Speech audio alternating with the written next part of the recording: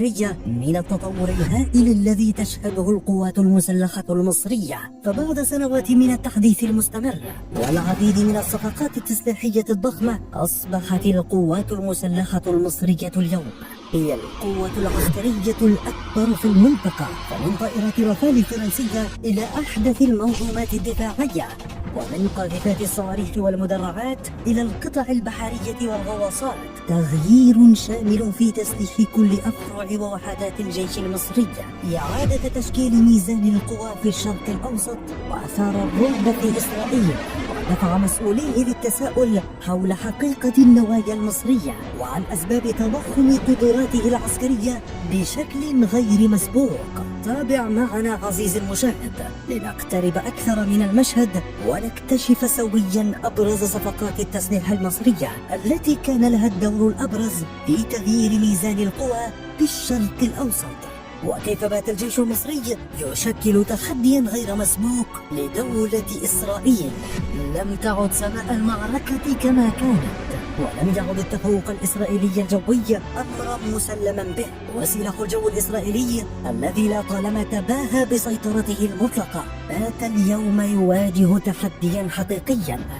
فسلاح الجو المصري لم يعد قوة دفاعية فحسب، بل أصبح قوة هجومية قادرة على الردع وفرض معادلات جديدة. فمنذ عام 2014 انطلقت مصر في مسار غير مسبوق من تحديث القوات المسلحة، وكان سلاح الجو وتحديث منظومة الطائرات المقاتلة على رأس الأولويات. فكانت صفقة طائرات الرافال الفرنسية هي بداية الطريق نحو بناء قوة جوية متطورة، فمصر أصبحت أول دولة في الشرق الأوسط تمتلك هذا النوع من الطائرات، لتحدث ثورة في تطوير منظومة طائراتها المقاتلة وتفتح الباب على مصراعه لتكون الطائرة الرافال هي المقاتلة الأكثر طلبا في العالم، لما تتميز به من قدراتها الفائقة في الهجوم والدفاع الجوي في آن واحد، مع تقنيات متقدمة في التخفي وأجهزة إلكترونية معقدة،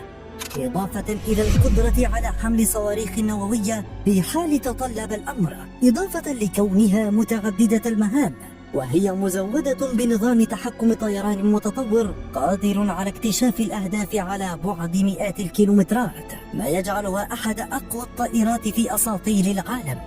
ولم تتوقف مصر عند الرافال، فبعد التعسف الأمريكي في تزويد مصر بطائرات الجيل الخامس F-35 التي تحتكرها إسرائيل، ردت القاهرة بقوة وسعت لتعزيز ترسانتها الجوية عبر صفقات تشمل طائرات J-10 الصينية المتطورة فئة الجيل ما بعد الرابع، والتي تمثل إضافة قوية للقدرات القتالية المصرية، تعكس استراتيجية القاهرة في كسر احتكار القوى الكبرى وتعزيز الاستقلالية العسكرية وغلاوة على الطائرات المقاتلة. فقد عززت مصر من درعها الجوي، تمثلت في شراء منظومات دفاع جوي متقدمة من نوع S-300 الروسية الذي يعد من أبرز الأسلحة التي تعزز من قدرة الدفاع الجوي المصري، فبفضل قدراته العالية في كشف وتتبع الأهداف على مسافات بعيدة وكذلك تصديه للطائرات الهجومية والصواريخ العابرة، أصبح لدى مصر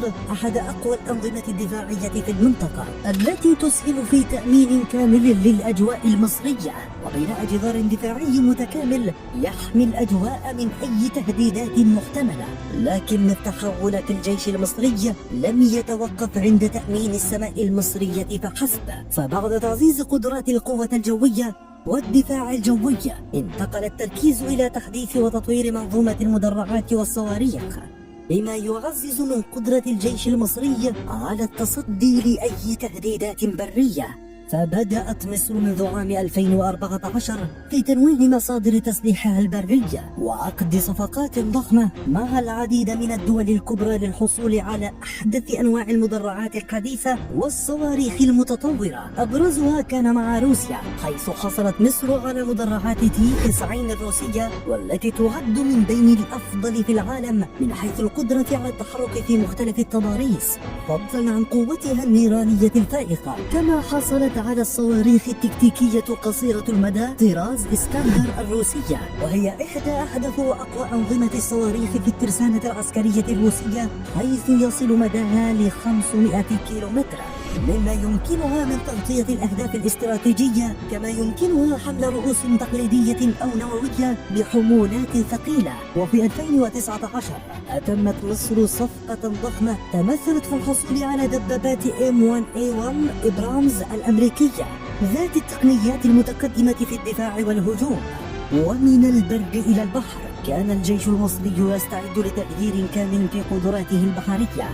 في خطوة غير مسبوقة لتعزيز سيطرته على المياه الإقليمية. ففي عام 2015 أبرمت مصر صفقة مع فرنسا للحصول على حاملتي المروحيات ميسترال، وهي واحدة من أبرز صفقات سلاح البحرية المصرية في العقد الأخير، فأصبحت القوة البحرية الوحيدة في الشرق الأوسط التي تمتلك حاملتي طائرات، مما عزز من قوة الأسطول المصرية وقدرته على تنفيذ عمليات عسكرية هجومية خارج مياه مصر الإقليمية، ومثلت إضافة كبيرة للبحرية المصرية في تعزيز قدراتها على فرض القوة في طول سواحلها على البحرين الأحمر والمتوسط، وإدارة عمليات النقل والإنزال بحمولات تصل إلى 900 جندي، خلاف المعدات الثقيلة، وساحة هبوط تتسع ل 16 مروحية طرازات متعددة، بما في ذلك طائرات الهليكوبتر القتالية وطائرات النقل. كما توفر الحاملات قدرة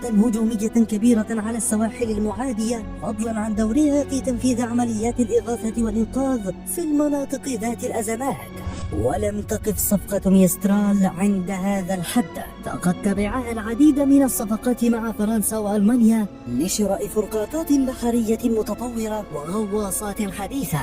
وفي عام 2015 حصلت مصر على أول فرقاطتين طراز فريم الفرنسية في صفقة بلغت مليار يورو، وهي من أحدث الفرقاطات متعددة المهام في العالم، وتتميز بقدراتها على تنفيذ مهام هجومية ودفاعية على حد سواء، وتمتاز بقدراتها العالية على مواجهة التهديدات الجوية والبحرية وحماية السواحل والممرات البحرية، كما أنها مزودة بأنظمة تسليح متطورة وصواريخ MM40 الفرنسية، مما جعلها من أهم الإضافات للقوة البحرية المصرية ومن سطح البحر إلى الأعماق.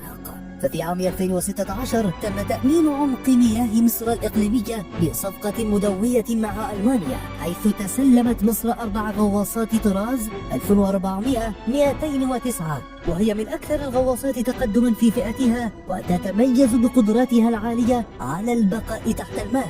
فضلا عن تجهيزها بأنظمة دفاعية وهجومية متطورة تشمل صواريخ وقذائف بحرية، مما عزز القدرة على مواجهة التهديدات البحرية وتوفير الدعم للمصالح المصرية في البحر الأحمر والمتوسط.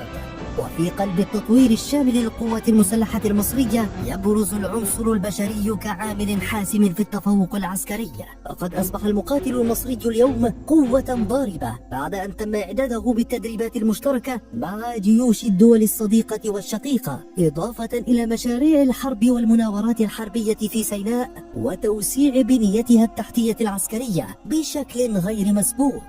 مما رفع درجة الاستعداد القتالي إلى أعلى المستويات، وهو ما أرق مضجع دولة الكيان ودفعهم للتساؤل حول حقيقة التحركات المصرية في سيناء. وأشارت العديد من التقارير العبرية عن حالة القلق المتزايدة في تل أبيب وتوجسها من حقيقة النوايا المصرية بتلك التعزيزات العسكرية، وأن احتمال اندلاع مواجهة عسكرية بين مصر وإسرائيل لم يعد مستبعدا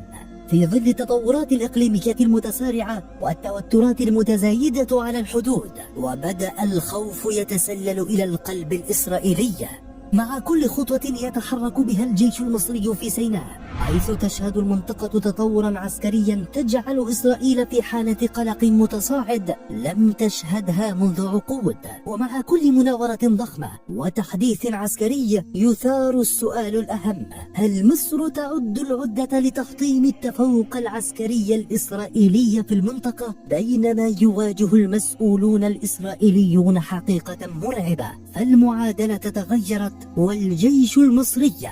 الذي كان يعتبر قوة دفاعية أصبح اليوم قوة هجومية يمكنها تغيير قواعد اللعبة في لحظة، والتحركات المكثفة على الأرض من نشر أنظمة صاروخية متقدمة إلى تعزيز القدرات الهجومية في سيناء